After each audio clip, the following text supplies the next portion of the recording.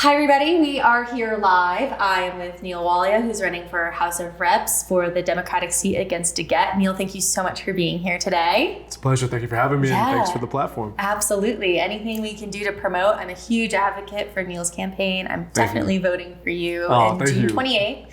Everybody make sure to register to vote. Yes. That is something that is very important to us because your vote is your voice, and local politics are the core of what will shape our future generations. Always, definitely. So Neal, tell us a little bit about yourself. Yeah, definitely. Thank you for, again, the opportunity, and thanks everybody for tuning in. My name is Neal Walia. I am a progressive Democrat. I'm running for Congress in the 1st Congressional District of Colorado, which is right here in Denver. Mm-hmm. And I think the best way for people to get to know who I am is to start with a story about my parents. And so my parents are both from India. I'm the son of Indian immigrants. I'm the first person in my family to be born in the United States. And when I was about 13 years old, my mom and dad took my sister and I to go visit family in India in Old Delhi. And one afternoon, they took us out onto a bazaar.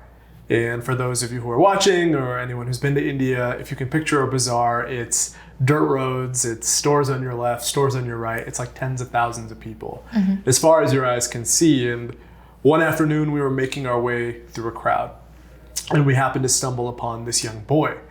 And he had to have been the same age as me. Same haircut, same eyes, same skin color. And yet here this young man was absolutely begging for his life without a single piece of clothing on his body. And I remember asking myself in that moment, how is it possible that this person who comes from the same country of origin, the same heritage, has absolutely nothing? And yet I get to go home every single night to a roof over my head, to clothes on my back, and warm food in my belly.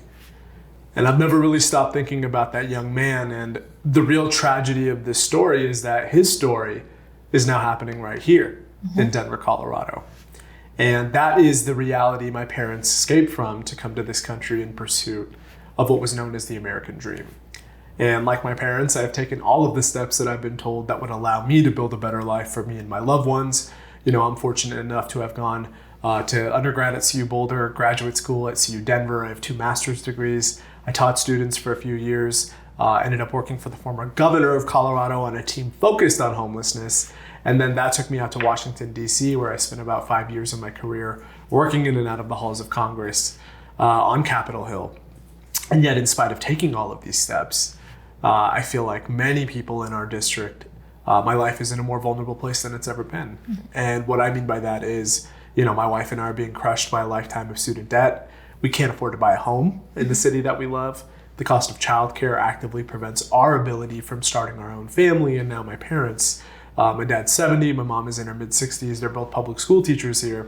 They've actively delayed their retirement, not only because of their own economic insecurity, but like a lot of parents, they're asking themselves, do I still have a role left to play in shaping the future of my children and my grandchildren? And so really it was feeling all of these pressures and knowing that there are millions of Americans who are going through the same thing we're going through, if not totally worse. That's the why I'm running. I believe our communities deserve to have a representative who lives the struggles of their constituents and will fight to fix them as if their lives depended on it, because my life does. And this is where Neal and I connected on it, because we both agree that essentials are like food, shelter, water, clothes on your back. And the fact that we have the opportunity to have some of that, but we still don't have the opportunity to have all of it, is the reason why we need change. And that's a huge reason why I got into real estate, just like you're getting into politics, is I want to help change the city so everybody can have a home and implement solutions that are feasible for all parties involved. And there are ways to do it. And something that we both agreed and touched upon is some contingencies within the new Green Deal. The biggest one is retrofitting existing buildings to make them more eco-friendly, to provide housing. And why don't we talk a little bit more about that now? Because that's just something that there's so many hotels right now that are kind of going belly under after COVID. There's so many Airbnb properties. There's so many opportunities for everybody to have a home. But there's also so many contingencies which prevent us from doing so. And it's just really scary. Like, we're both in the same boat. Like, I'm at the point right now where it's like I'm trying to find a partner. I'm considering motherhood, and I'm afraid to do so. And it's not because I don't think I can actually live up to the task, but it's, can I afford it? That's the major question I think most people in our communities are asking themselves right now. And you've brought up a super important piece of how I think we can take a major step towards ending homelessness in America.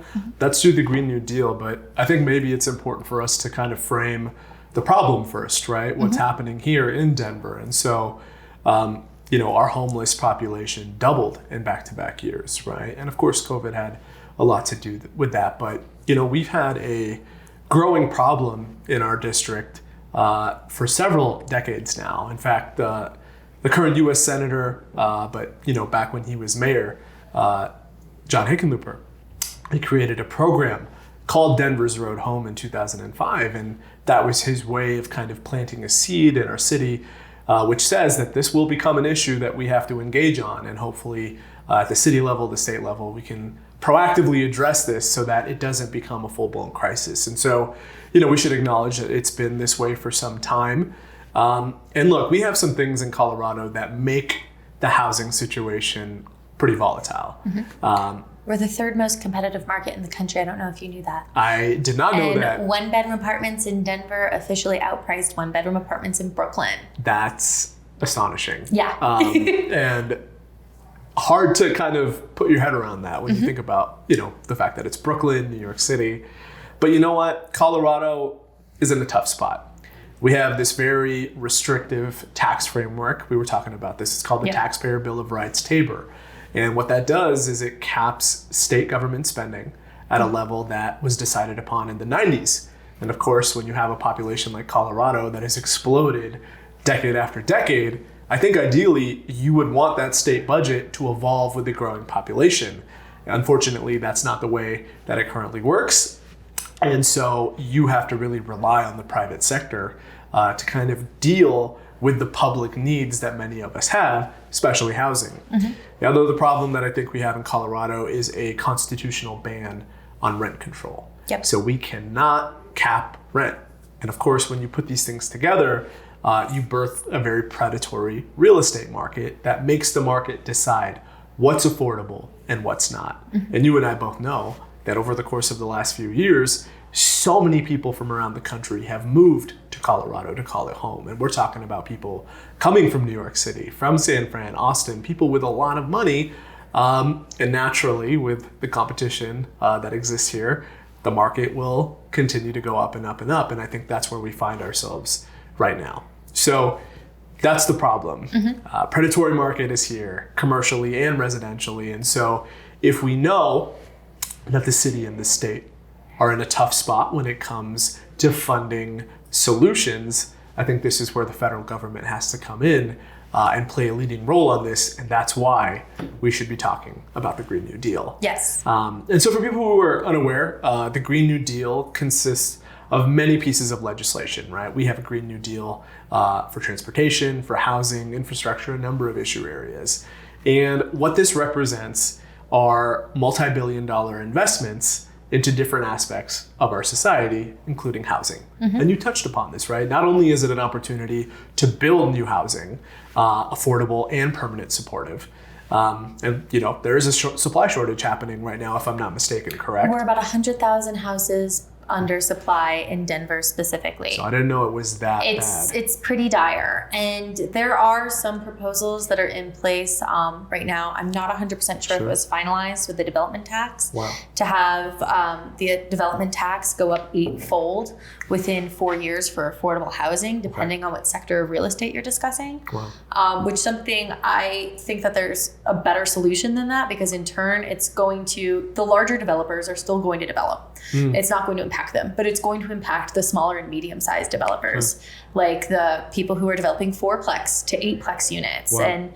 And I get that the money, even though it's going up 8-fold, is going back into affordable housing. But if you're not incentivizing developers to build, if you're not retributing debts from these companies, they aren't going to develop. There's no incentive for somebody to build. So in turn, in my opinion, it's going to lead to an even more dire supply.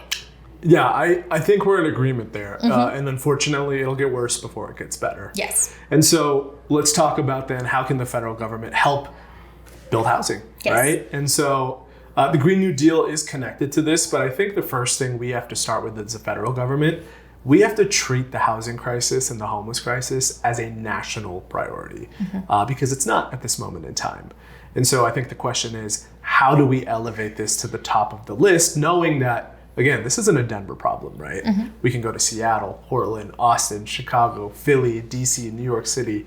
Every state, every city across this country is going through a similar crisis that we're experiencing here in Denver. So the first thing I think about is, one, let's introduce a homes guarantee resolution, which essentially says, this is now a national priority. Let's help now trigger those investments that can expand housing. First step of ending homelessness, put people into homes. Yes. People who work in state, local, federal government, community, everyone agrees, housing first. And so many people assume that just because you're homeless, it's the equivalent to tent city. But we discussed this the last time we met as well. Homelessness comes in all different shapes and sizes. Absolutely. There are so many people who you don't know that don't necessarily have the ability to have a home or have a roof over their head. Yeah. And they're still making salaries of like 50 to 60,000. Yes. And in our market, Absolutely. that median salary, it's still under 100,000. But in order to be able to afford a house or any sort of living dwelling, you have to have at least 75 to 150 to put down. Yes. And then with the interest rates that are rising as well, it's just going to make it harder because the buying power is going to diminish. You're absolutely So that correct. middle class person is the one that's getting impacted the most. Yes, and I think you've brought up a good point before we dive into more solutions, which is, empathy for the unhoused and understanding what that means. Because I think, to your point, a lot of people think homelessness simply means people who we visibly see on the street, our unhoused neighbors who are in tents, who are on the streets. But the chronically unhoused, if I'm not mistaken, constitutes around 5% of the total unhoused population. And that's, families like you just mentioned, right? Families who are maybe in between homes or, lost something and are trying to find a space before they can get to the next step. People who are living out of their cars, things like that. We do not see the vast majority of unhoused people on the streets, right? So I think that's a really important place to begin. And also, when you talk to people who are unhoused, you will learn very quickly that most of us are one major incident away from actually being right there with them. People you'll talk to on the streets, they'll say, you know what, I lost everything in the 2008 financial crisis. Or they'll say, I was in between jobs, I didn't have health insurance, I got into a really bad car accident, and all of a sudden I'm medically bankrupted and I can't afford to do anything anymore. And so these are the stories I hear time and again from real people, real human beings who are unfortunately unhoused. And so I do think, the empathy factor has to be there for us to engage on this as well. So going back to solutions, we then agree, right? First step, invest into the housing crisis, build affordable housing, permanent supportive housing for the chronically unhoused. I think the next step after that is you have to provide healthcare to human beings, right? So healthcare should be a human right, absent of the housing conversation, but it is very relevant because when we're talking about people who are going from the streets into housing, people who have experienced some of the harshest chapters of life, whether that's through addiction, whether that's through, some people are veterans, right, who have come back from tremendous experiences that, cause mental trauma. There's so many people who need to heal. And so the idea that all of a sudden, just because a person has a home, that they're going to be able to occupy that home without access to healthcare, without access to mental health services, I think that's a misguided calculation. So first step, put people into homes. Second step, create access to healthcare, allow people to heal themselves. And then I think the final piece of this equation goes back to what we were talking about, which is the Green New Deal. Yes. The opportunity to build a new economy and do the things that you just said. How do we retrofit buildings to make them more ecologically sustainable? That requires a lot of jobs. And that's where the Green New Deal comes into play, because in order to take a step away from the climate crisis, we have to do so many things aside from retrofitting buildings and things like that. And in order to get to those goals, we have to employ millions of people. And so if the federal government can come in and say, look, we will provide you $20 an hour. We will provide you healthcare benefits. And for people, let's say, who might have a felony on their background, right? Some of our unhoused neighbors, have, let's say, like a marijuana felony or something that shouldn't prevent anyone from getting a job. The federal government can say, you know what, these barriers to entry, we're not going to invest in those anymore. We will allow people to take a full step forward, and if they can work, if they can participate, I think that's a comprehensive vision for what can actually end homelessness in the United States of America. But you know what? I think, you've kind of made me think that is a long-term vision. Yes. But there are short-term steps that have to happen too, right? And the short-term steps that have to happen, I see it day to day with my career in commercial real estate. There are some sectors that are hot commodities right now just because of how businesses have shifted since the pandemic. But there are also some businesses and some sectors within real estate that are struggling severely. Yeah. And one of them, in my opinion, is hotels. And hotels in the month of June, we're at a 66.6% occupancy rate. On average, you like to see that number between 75 to 85. Wow. Okay. I've seen a significant amount of hotel listings that are struggling in response to COVID, in response to Airbnbs. And I think that that's an extremely viable solution for affordable housing. Sure. Yeah. To essentially have the government purchase off these buildings that are failing as businesses instead of having the banks putting them up for auction for private investors to acquire. Because those investors are able to get it under value and in turn they're able to flip it, remarket it, and receive a profit on it. And I obviously that's how I make my income. Sure. But I think what's more important than me having a fat paycheck in my wallet is making sure that everybody has a house. Wow. I wish everybody thought like you, Like, that's great. Someday we'll see. But it's just like, it breaks me to my core because like I've had a financial hardship in my past. I've been in the shapes of homelessness as well.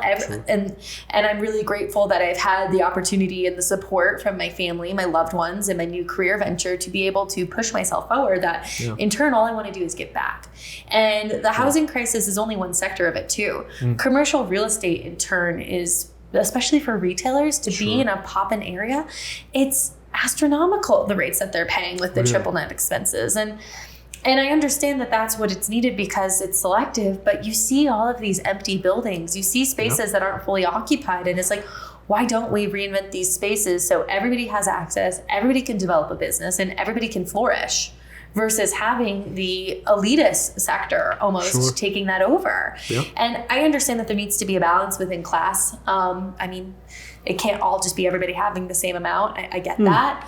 But, why don't we just give a little as well? And I think that incentivizing businesses and incentivizing failing hotels is a great way to alleviate the affordable housing, and maybe lowering some of these base rents on properties. I understand that sometimes the supply shortages caused an increased demand for capital, but it's still it's how much money they're making is insane.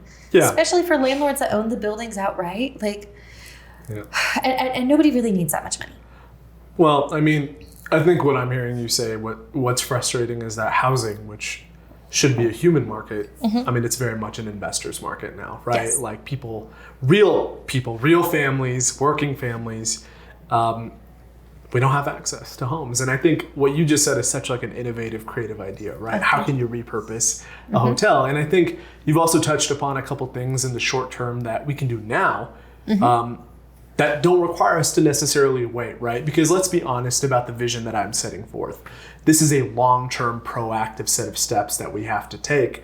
And it'll take a little bit of time for us to get to that goal. But what can we do now, to your point, to incentivize development, right? Because the reality is that we do live in a capitalist economy. And so in the short term, there are a couple things that I think about that would help us. One of those things is called the Low-Income Housing Tax Credit, also known as LIHTC.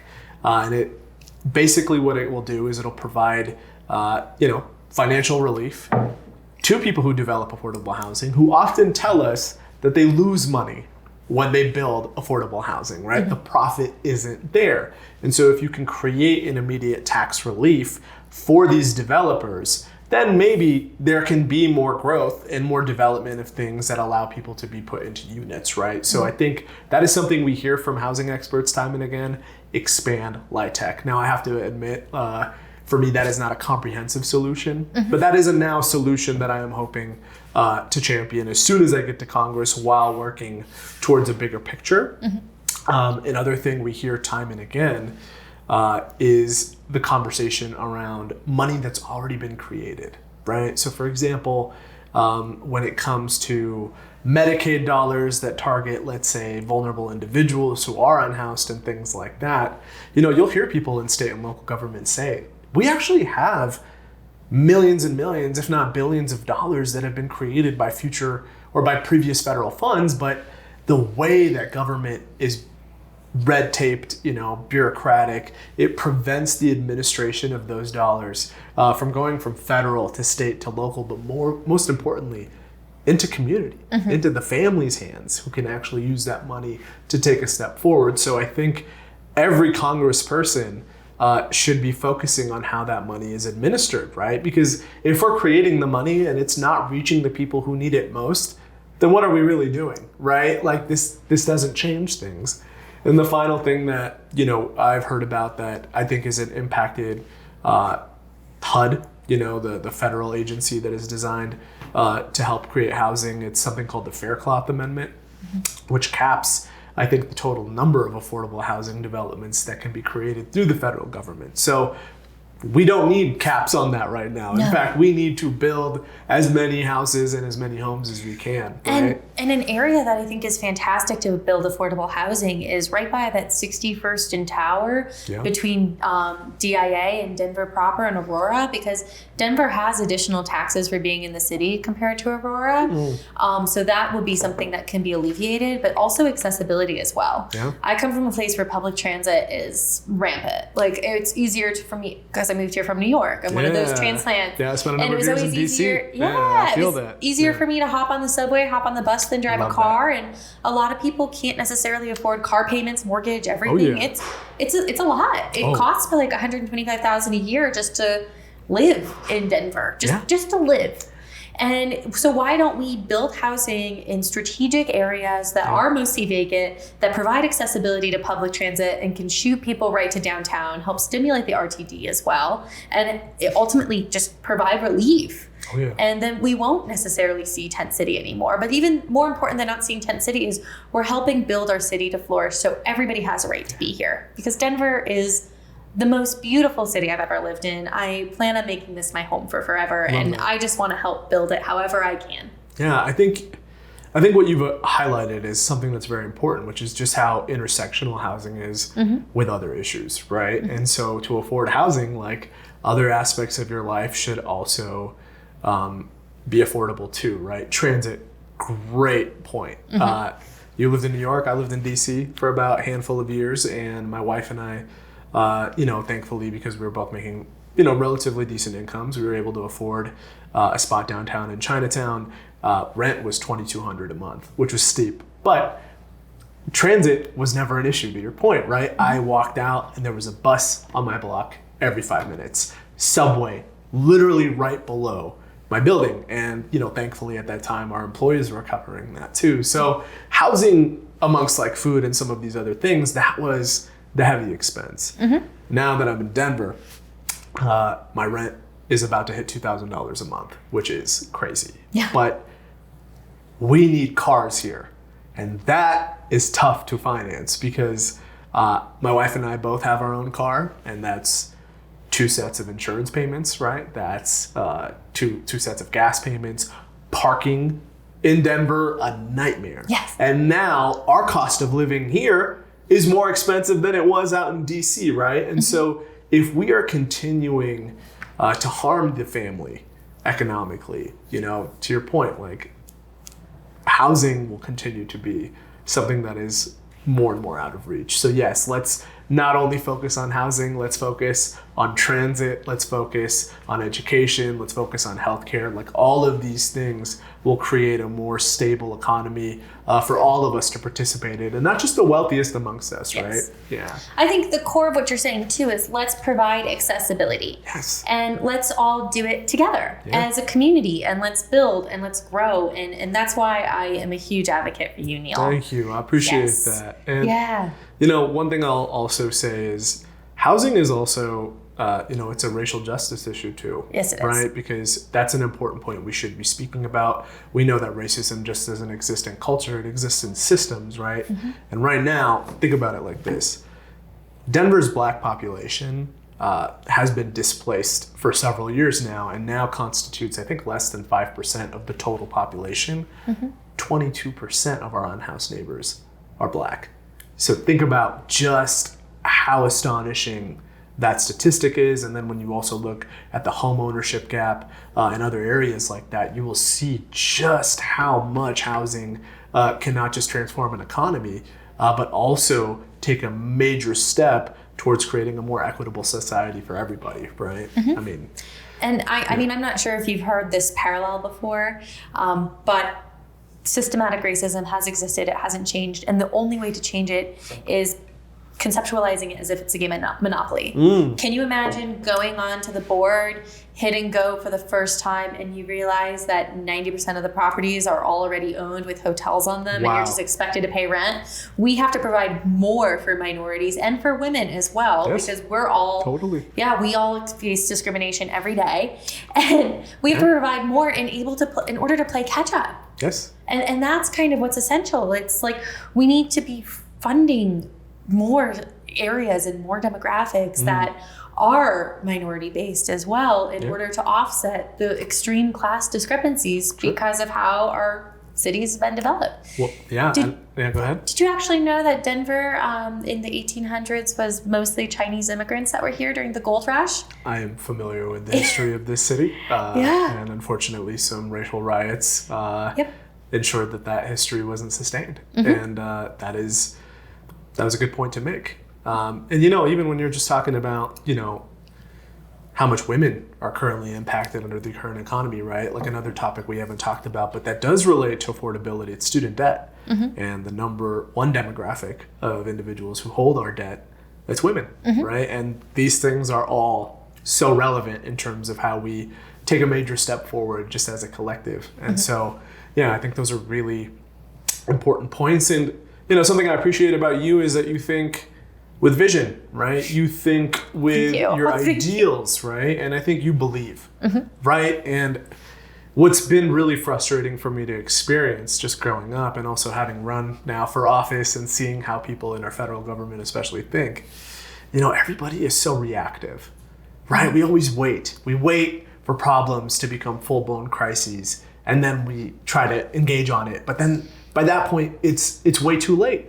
Right now, the housing crisis is a multi-billion-dollar issue, and we have people fighting for like tens of millions of dollars. And I'm like, wow, don't get me wrong, I welcome every penny that we can invest into this issue, but the way we currently deal with it is to just empower those who are working in this important area to stay afloat. It does not change the current that is driving homelessness and is driving our neighbors to become unhoused more and more every single day. And so I think we really do have to believe as a country, we can end homelessness. We can build a green economy. We can end student debt. And I think the more people believe with their ideals and their values, I think the reality in the America we want to live in, it's possible in our lifetime. So I appreciate the fact that, you feel this way, because we need more people to believe in the kind of things that we're talking about right now before we can actually take a step forward. Yeah, and my ultimate goal with real estate and just life in general, I don't know if I've told you this, I've actually been trying to develop a nonprofit to provide after school programs for kids throughout Denver Metro and Aurora that don't have access to art classes. Wow.